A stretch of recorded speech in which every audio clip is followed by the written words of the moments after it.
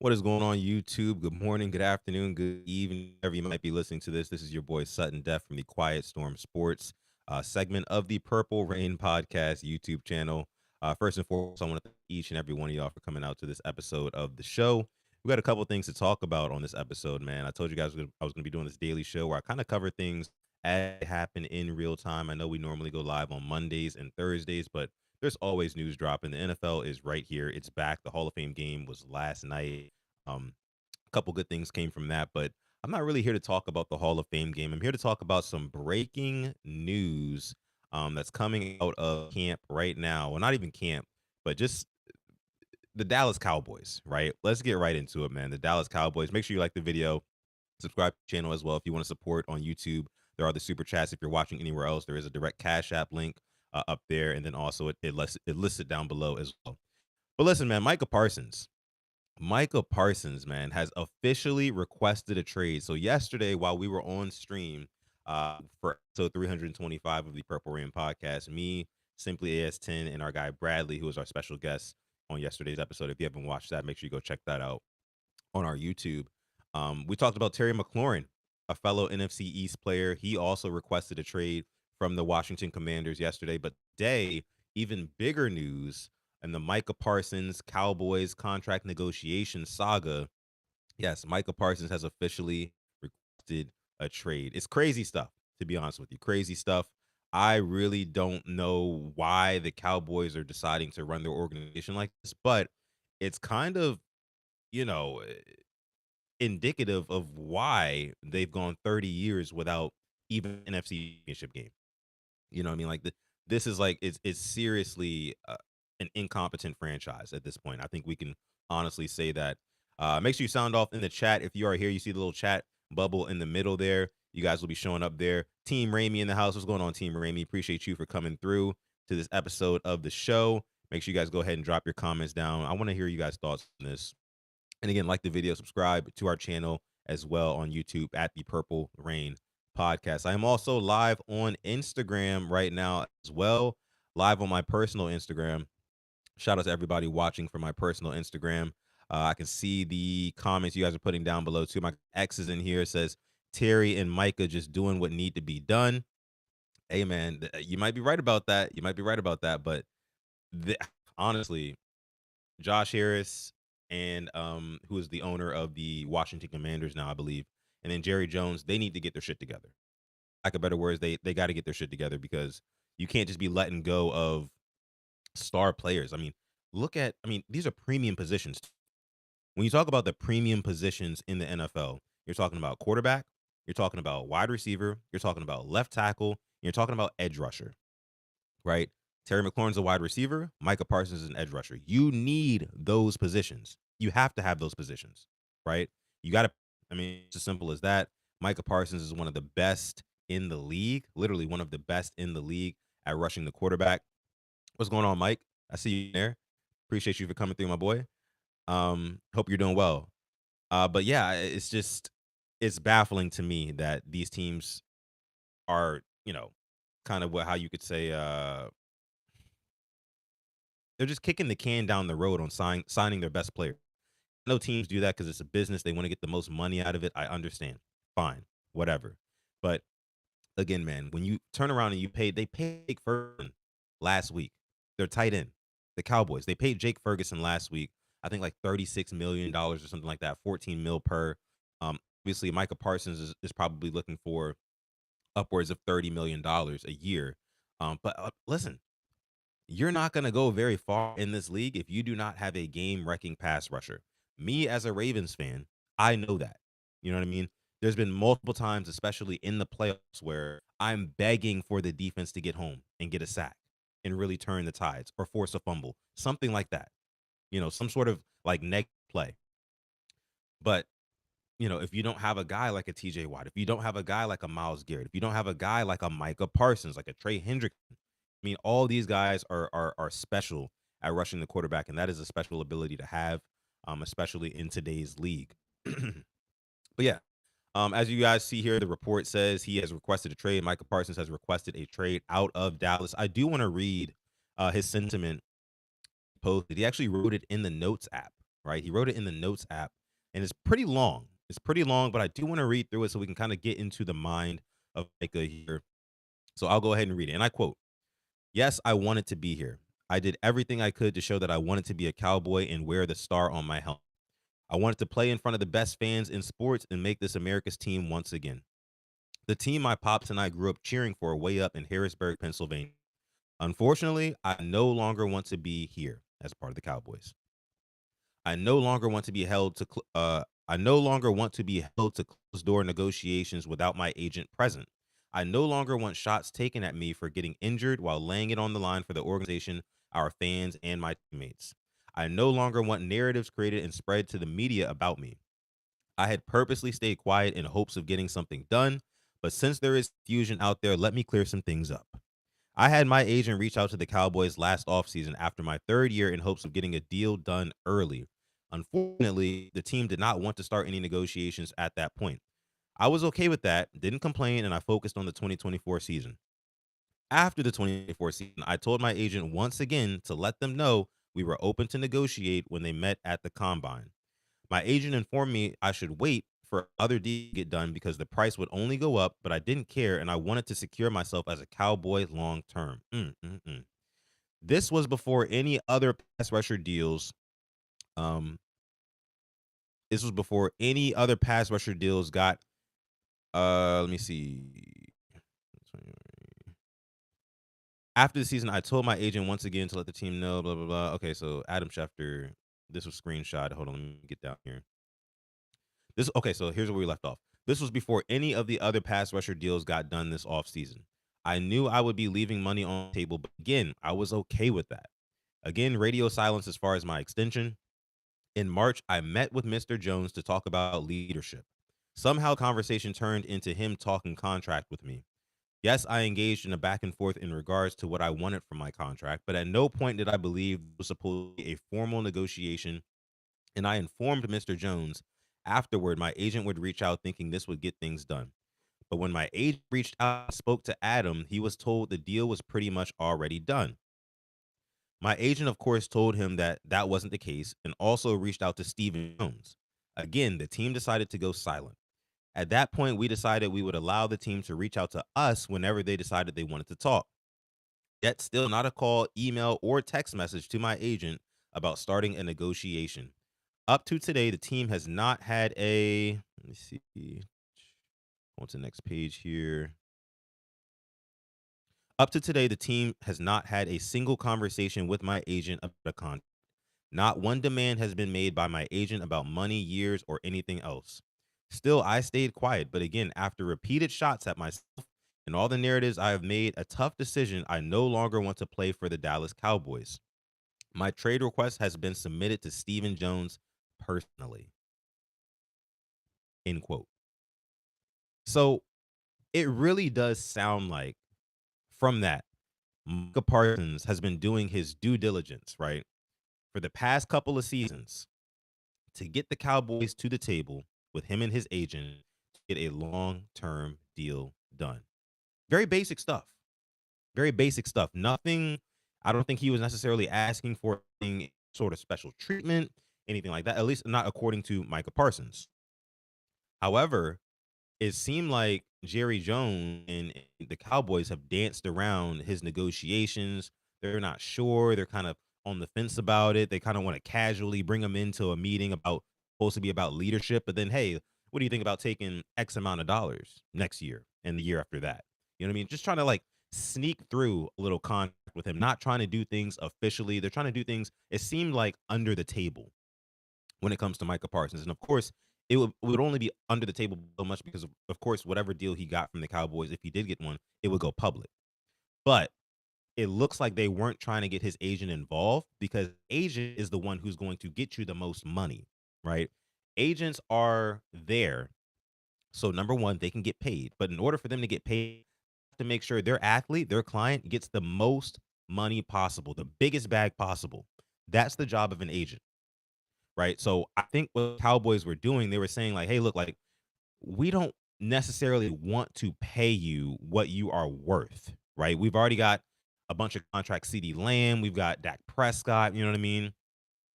we don't necessarily want to go ahead and just keep paying guys without seeing any, without any rewards or success to come with it. You know what I mean? So I think what they were trying to do is trying to lowball him, keep your agent. Hey, your agent doesn't need to be part of this. Jerry Jones is basically saying to Micah Parsons, this is between me and you, son. It's between me and you. Let's talk about it. Let's get this figured out now. And Micah Parsons is like, no, I got an agent and I'm paying him big money to make sure that you guys give me big money. So you guys go talk to him. We can all talk together, but this one-on-one mano a mano stuff is not going to happen. That's basically what Micah Parsons was saying. The Dallas Cowboys still, remain silent. They didn't even want to talk to Micah Parsons or his agent. They just I don't understand how you are a billion-dollar franchise, right? Yet you can't do business. You can do good business with some of your best players. It doesn't make any sense. It doesn't make any sense. It would be one thing if they were constantly at the negotiation table and they were going back and forth on negotiations, right? And they just couldn't come to the right number, right? But they struggled and they fought through and they fought through and they fought through and they continue to have conversations. It sounds like Jerry Jones and the Cowboys ghosted Micah Parsons. They ghosted him. And I don't know why. But something tells me that something is wrong. Um, I think that Jerry Jones is at a point in his career as an owner of the Dallas Cowboys. I think he's at a point in his career where he just doesn't care anymore. He doesn't care to do good business. He doesn't care to, you know, be politically correct, be an ambassador on the mic, which is that you have to do in such a high position of power. But I think Jerry Jones he knows he's on his way out the door. And again, I hate it like this, but he knows he's on his way out the door of as being the Cowboys owner, but also on the way out the door of life. You know what I mean? And if there's one thing that I know about old people is that they have no filter and they don't care about how you feel. So I think that's what's happening here after so many years of, you know, contract negotiations with Dak a couple times, and then he had to do it with Zeke, you know what I mean? And CD Lamb, and now you got Micah Parsons. It's like we keep going the same thing, and we're still not winning. We're still not winning. I'm paying all these guys left and right, opening up my wallet, millions of dollars here, multi-million dollar contract there, multi-million dollar contract here, and still no AFC championship, no NFC championship games. Me personally, I'm 30 years old, right? I have never seen the Cowboys play in an NFC championship game. That is a problem. That's an issue. A big one if you're the Cowboys. But this doesn't make it any better. This does not make it any better. You know what I mean? But I see you guys in the chat here sounding off. What's going on, y'all? Taquan in the house says, "What's up, Sutton? Hope you're having a great day so far." I'm having a great day, man. I can't complain, not one little bit. Killer Cam in the house, what's going on, Cam? Says, "Hola, hola to you, sir." Zeke Kokage in the house says, "What's good, Sutton and everyone?" Eli Sports Guy says, "We are not getting him." Rod Wave says, "He was on the team and they haven't did anything in the playoffs and has been injured by him. So much of you, Cap." Uh, okay, look. Pass rushers are one thing that is very hard to come by in this league. Ravens, and again, I can attest to this personally. After taking so many swings and what seemed to be misses, right, on pass rushers that we take in the draft, it just goes to show how rare a special talent is at edge rusher. You got to keep these guys, which is why I don't understand Trey Hendrickson not getting paid. I don't understand why the Steelers held out on TJ Watt for so long. I don't understand why Myles Garrett had to wait for so long as well. When you think about it, all the top edge rushers, for some strange reason, these NFL teams are giving edge rushers a very hard go at it when it comes to negotiations. They're giving them a hard time. But these are some of the most important players on your team. Again, it's a premium position in this sport, in this league. So I don't get it. Don Royal says, "Go get him now." I guess he's talking about the Ravens going to get Micah Parsons. I don't see that happening, to be honest with you. I saw somebody on Twitter say earlier, said earlier, yeah, if you go ahead and you extend Lamar Jackson now, kind of push some years, some void years down the road. So, his cap hit doesn't really balloon until like 2029, 2030. and then you go and you offer Micah Parsons a big deal for 100 something million, and just bring him in and see what that does. I mean, I personally don't think that Eric DaCosta is going to do that. I mean, the fact that Micah has officially requested a trade means that his agent is taking calls. Um, and I think again with the Cowboys, they've kind of showed their hand on how they feel about Micah. So I would not be surprised if he gets dealt soon and very soon. I also wouldn't be surprised if the Cowboys just broke down and gave him a deal. Sometimes this is what it takes. We actually saw this with Lamar Jackson a couple of years ago when his whole contract saga was going down, right? He requested a trade publicly, and then shortly thereafter, the Ravens went and they signed him. So we'll see. I know most of the time these things end up resulting in the guy signing. I get that. But I see Eli, the sports guy, says in here the Ravens got Mike Green for a reason. I agree. I agree. I totally agree with that. I think that's one of the biggest reasons. That's one of the biggest reasons why the Ravens will not pursue a Micah Parsons, in my opinion, because they have a Mike Green, they have Dafe Away and Calvin Noy, who are both coming off double-digit sack seasons. The Ravens were actually second in total sacks last year.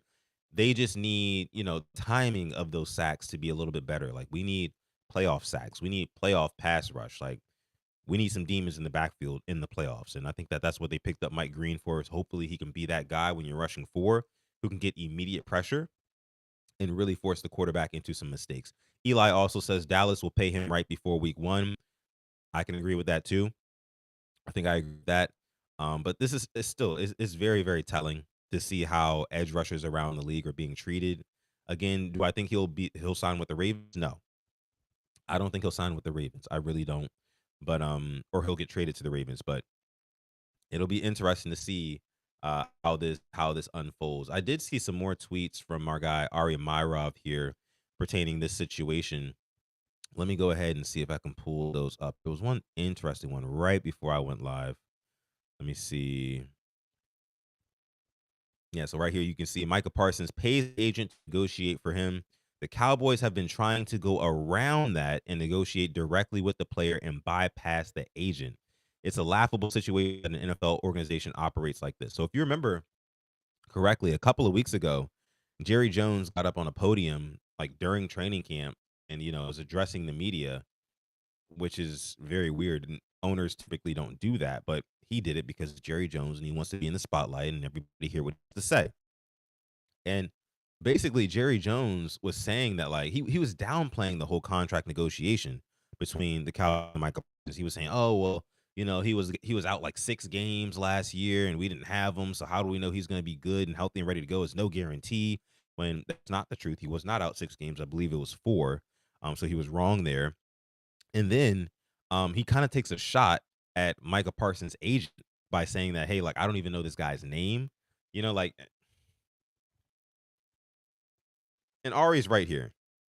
It is laughable that an NFL organization would operate like this. How dysfunctional the Cowboys have been ever since the '90s, man. It doesn't make any sense to me. How they're still perceived as America's team. They have so many fans who are like ride or die for the Cowboys, right? And if Cowboys are watching this right now, let me know down below in the comments how you're feeling about the state of your franchise currently. Because if I were you, I'd be in complete and utter shambles right now. Because I'll tell you one thing, I'm not a big Dak believer. I'm not. I never have been. I never will be. Um, I believe that Dak Prescott has a very, very clear ceiling. You know what I mean? And he has a clear floor as well. I mean, he's not a bad quarterback. He's a good quarterback.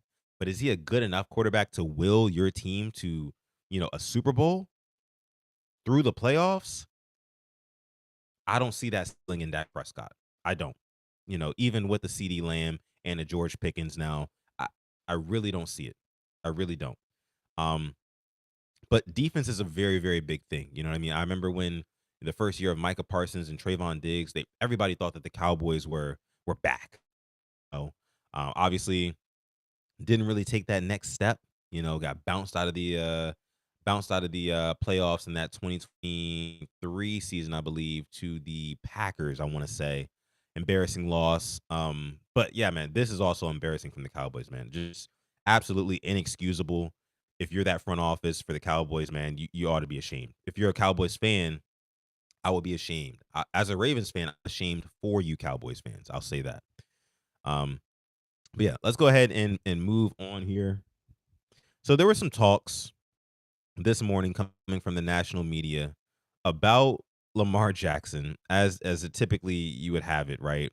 In July, August, right? This was coming from ESPN's Mike Tannenbaum, who for some strange reason has said that Jordan Love is a more talented quarterback than Lamar Jackson. I really don't know what the justification for this is.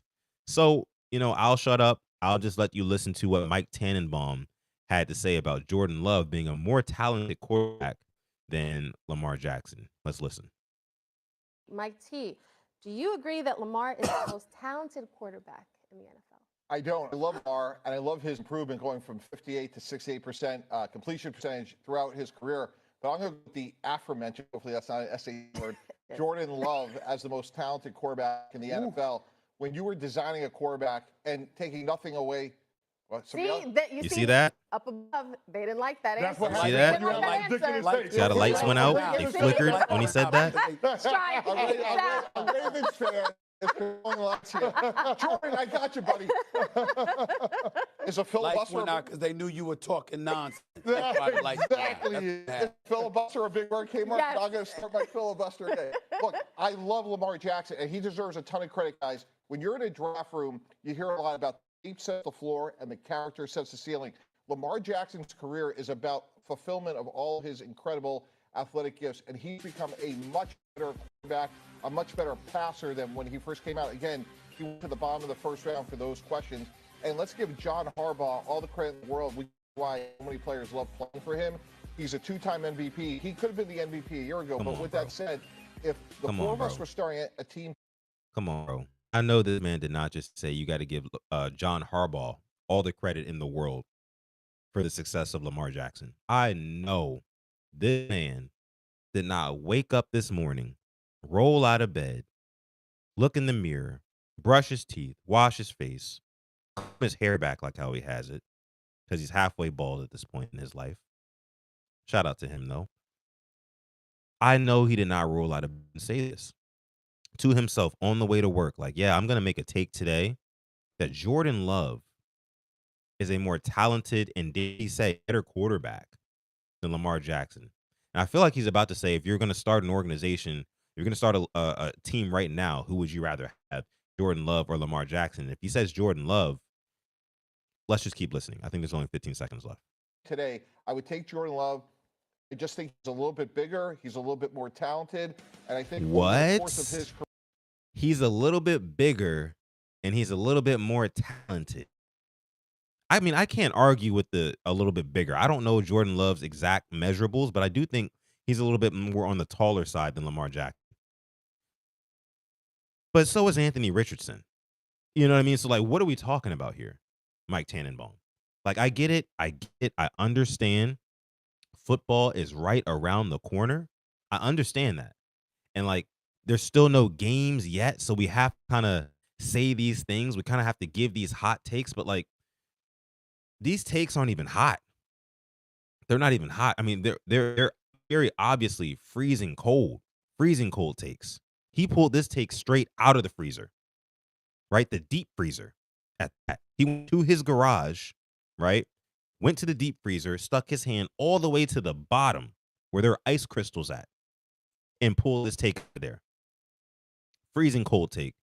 Again, man, and that was the end of the clip. But I don't understand. Well, I understand. You get the clicks, and maybe ESPN put him up to this. Maybe the producers put him up to this because it literally, there's no justification that you can make. Like, literally zero, zilch, none. There's no justification that you can make that Jordan Love can even hold Lamar Jackson's jockstrap. There's no justification, right? I'm sick and tired of all of the Lamar Jackson disrespect. And I'm not even just saying this as a Ravens fan. I'm saying this as a football fan. You know, it It doesn't make any sense how you can have a guy who is a two-time, should be three-time MVP, multiple first team all pros, right?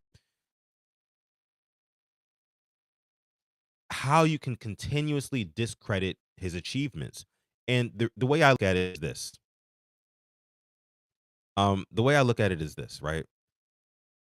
When the NFL executives released their top 10 quarterbacks list, and they said that they had Joe Burrow ahead of Lamar Jackson. Like, forget Josh Allen for a second, because I think that Lamar is better than Josh Allen too. I think Lamar is number two, right behind Patrick Mahomes. But to put Joe Burrow ahead of Lamar Jackson for these NFL executives in their top 10 quarterback list, I really just want to, of course, it's anonymous, so they don't have to answer for themselves, things like that. But I really want to know what the criteria is. What is the criteria? Like, is it stats? Why you think Joe Burrow is better than Lamar Jackson? Well, it can't be because Lamar had better stats. Is it MVPs, like the number of MVPs, like regular season MVPs? Well, it can't be because Lamar Jackson has more of those. Is it the first team all pros? Does Joe Burrow have more than Lamar there? I mean, no, I mean, Lamar's got more than him there too. The only thing that Joe Burrow, and trust me, if you're an avid listener of this show, you know how much I love Joe Burrow.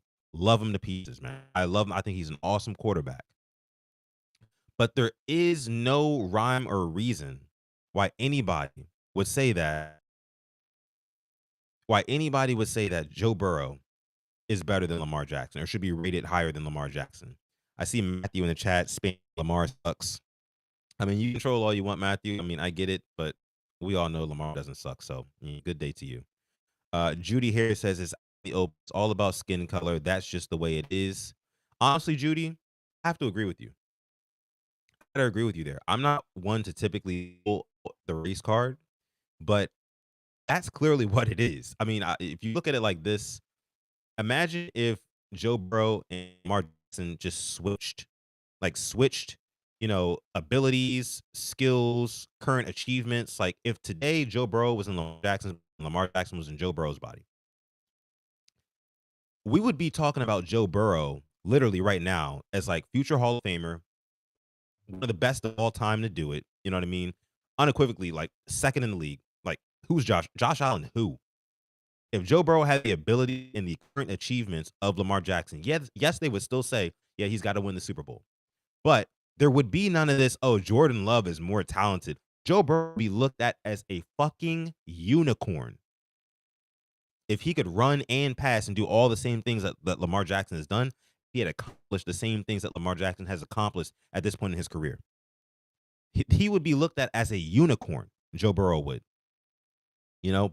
Again, I mentioned this in a YouTube short not too long ago. The NFL is a good old boys club. So a lot of those older NFL executives, probably older white guys. I mean, just being honest here, guys, right? Am I wrong? Let me know if I'm wrong. These NFL executives, older white guys, and I just don't think that they're looking at a Lamar Jackson with the same sort of adoration that they're looking at a Joe Burrow. Take Trevor Lawrence, for example. Trevor Lawrence, tall guy, blonde hair, blue eyes, luscious hair, right? Strong jawline. You know what I mean? He has been afforded every opportunity to still be a starting quarterback in this league and show us that he is great. But he hasn't. He's even gotten the second contract. He's getting paid more money than Lamar Jackson annually. Trevor Lawrence is. More money than Lamar Jackson annually. Yet, Trevor Lawrence has not accomplished a fraction of the things that Lamar Jackson has accomplished. Trevor Lawrence, and I say this all the time, Trevor Lawrence is the NFL's trust fund kid, right? It's the kid who, from a young age, you knew he was always going to be taken care of. Everybody adored him, couldn't wait until he grew up and grew into what he was going to be and how successful he was going to be. And everybody puts money behind him and time and love and all that, right? But he turned out to be, I don't want to say a reject, but I don't want to say a complete failure, but didn't live up to expectations. But he's still that trust fund kid. So he's like the one, oh, we're not going to talk about his shortcomings. And it's Trevor Lawrence. He might come around one day. Maybe he's the next Matt Stafford. Who knows? you know? But again, the leash is always longer for the guys who, look like them. I'll say that. When I'm talking about these NFL executives, like, let's just call it what it is. Let's just call it what it is, man. Um, Lamar Jackson is one of the best quarterbacks, if not the most talented quarterback in the league. So to say that not Joe Burrow, not Josh Allen, not Patrick Mahomes, not a Jaden Daniels, even, right? We're not comparing those guys to Lamar Jackson. We're comparing Jordan Love to Lamar Jackson. It's just disrespectful. It's blasphemous. It's blasphemous. I don't understand it. It doesn't make any sense. You can never convince that it does make sense because it just doesn't. Right? I mean, I heard Danny Parkins, Fox Sports analyst the other day. Um, he says very, very blasphemous. As a matter of fact, I feel like I should pull it up because it was bad. It was terrible. I'm gonna go ahead and to get this on screen here. Let me see. Oh man, but yeah, let me know down below in the chat how you guys are feeling about all of this Lamar Jackson disrespect. Because me personally, I'm not feeling it at all. To compare him to a Jordan Love who just is not anywhere near him. And let's talk about this really quick. The whole like Lamar Jackson is a historic passer thing, right? That has been a huge kind of talking point in the last couple of days because John Harbaugh came out and said Lamar Jackson is one of the best passers of all time. He can basically do it with the best of them. And, he's basically just standing behind his quarterback and bigging him up, which supposed to head coach. But a lot of people took to the internet to kind of, refute that point and say, oh, Lamar Jackson, no, what are we talking about? He's not one of the best passers. But when you look at the numbers, he is one of the best passers. So what I think people are conflating is passing effectiveness with throwing mechanics, right? Because all of us Ravens fans know that Lamar Jackson has kind of a different mechanics throwing the football. He does it his way. It doesn't look very quote unquote conventional, right? He doesn't throw the prettiest ball compared to like a Kyler Murray. You know what I mean? Aaron Rodgers in the league. These guys throw a very pretty, aesthetically pleasing football, right? Leaves their hand. It's a nice spiral. It arcs up. It arcs down. You know what I mean? And it drops right in the receiver's hands. That is what they're talking about as being, a great passer. Not how effective you are, not you getting the job done, right? It's does it look a certain way that we're used to it looking? It's not is the job getting done? That is the difference here. Lamar Jackson is one of the most effective passers of football of all time. Period. Of all time. And Google is free. You can look up the stats for yourself. One of the most effective, one of the most efficient. He still makes explosive plays. He can get out of the pocket, extend the play. All these things that they praise guys like Ben Roethlisberger for, getting out of the pocket, extending the play with his legs, and then making a play downfield. They don't give Lamar credit for that. They don't give Lamar credit for being able to throw on the run as well as he does. They don't give Lamar credit for going from 58% completion percentage to almost 70% completion percentage. They don't give credit for having one of the best QB rating seasons of all time. They don't give him credit for that.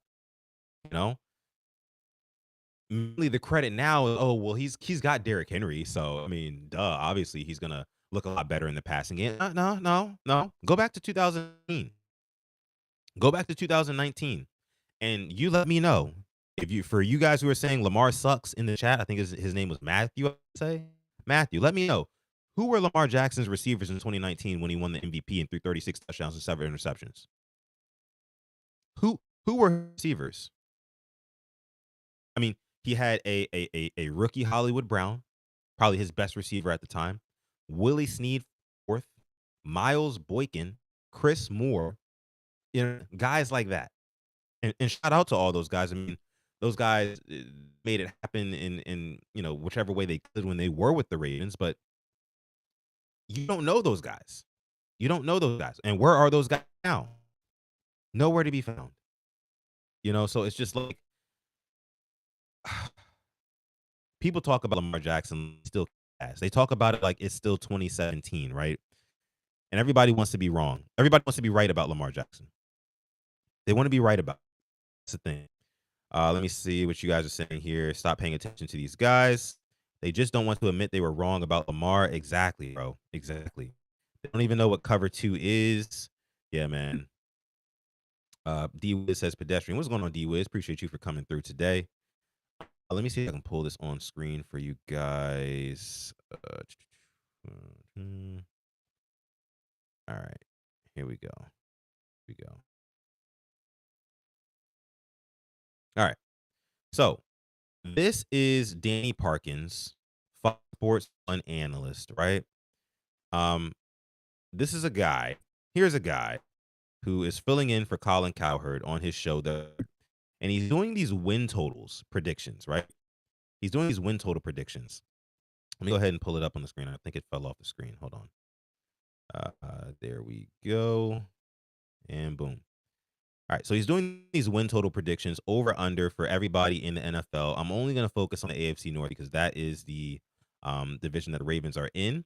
So let me go ahead and play some of this so he can give you his justification on why he has the Ravens winning under 11.5 games this season. In terms of additions on the offensive side of the ball. Let's get to the AFC. We're doing like a clock, I was told. North, east, southwest. It makes sense. AFC North. Yeah, it checks. It works. You don't have to double check me on that. Ravens under 11.5. 5 of the first 6 games are against playoff teams from last year. And their offense was so historic. I mean, Lamar Jackson had 4 interceptions last year. Derrick Henry was healthy. It was an impossible, even though I think Zay Flowers will be much better this year, feels very difficult to replicate that. I think that they can be a 10-win team that still is very dangerous and has a very high ceiling, but with their... Okay, let's pause it right there. So this guy gets on this platform and says, on Colin Cowherd's platform at that. And if I was Colin Cowherd, I'd be like, bro, what are you talking about? Like, what are you saying? You're saying that the Ravens had a historical season on offense last year. And you're saying that last year Derrick was healthy. But last time I checked, he's healthy now.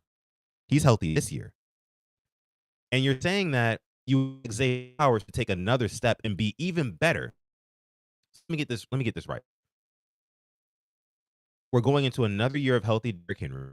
You think Zay Flowers is going to be even better.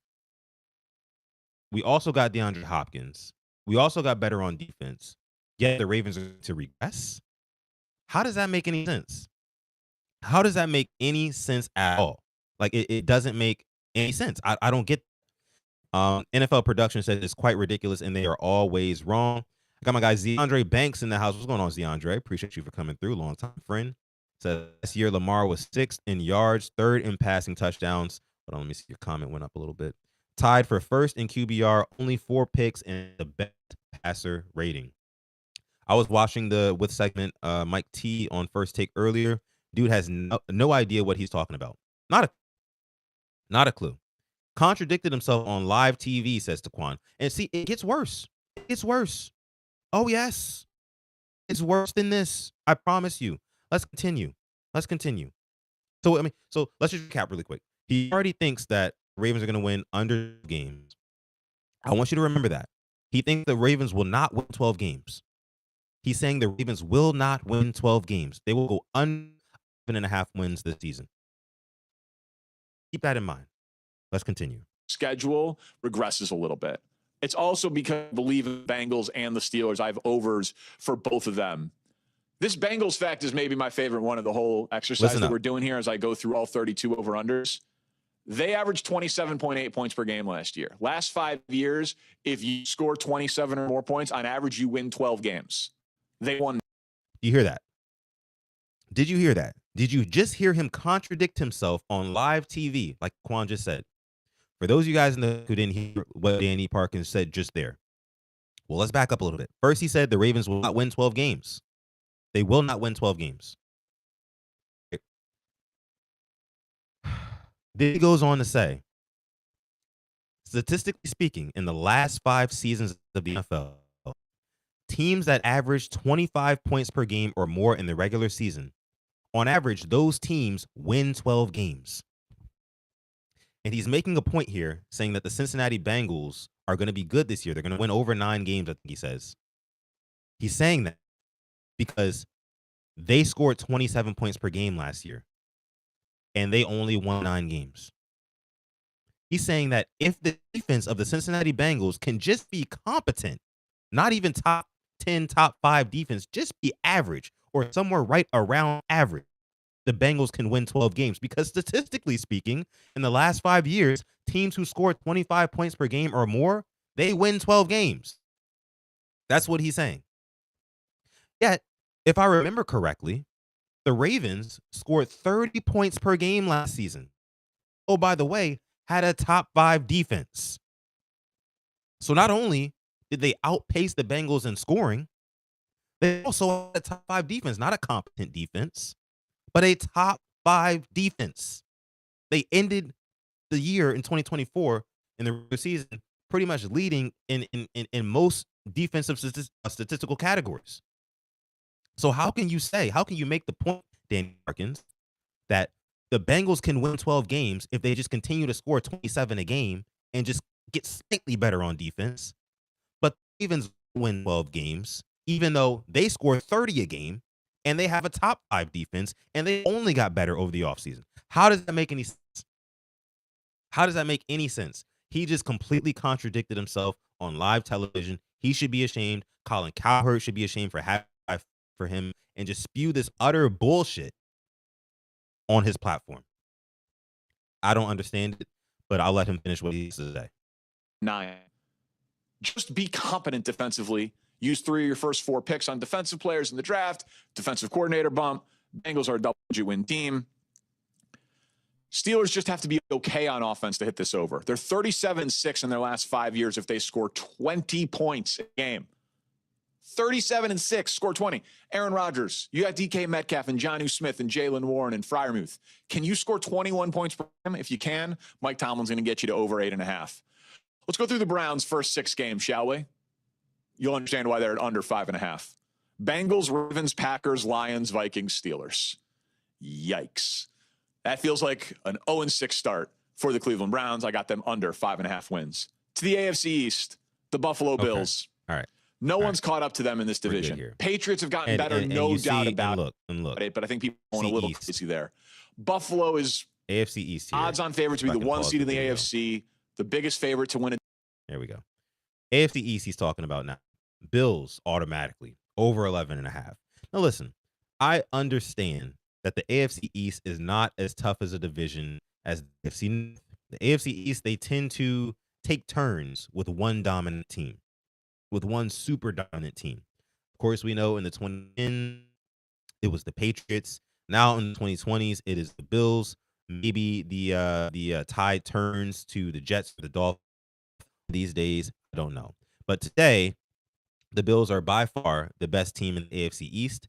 I don't think that it's crazy to say that they're going to win 12 games. I mean, I don't think it's crazy to say that. So, I mean, I get this, but I don't understand just the sheer hate that this guy has for the Ravens. He's also a Burrow over Lamar guy. Danny Parkins is. So, again, you got to take everything these guys say with a grain of salt. Is, you know, one moment they can say one thing statistically that makes their point in one area, but then the very next sentence, the very next breath, they're contradicting themselves.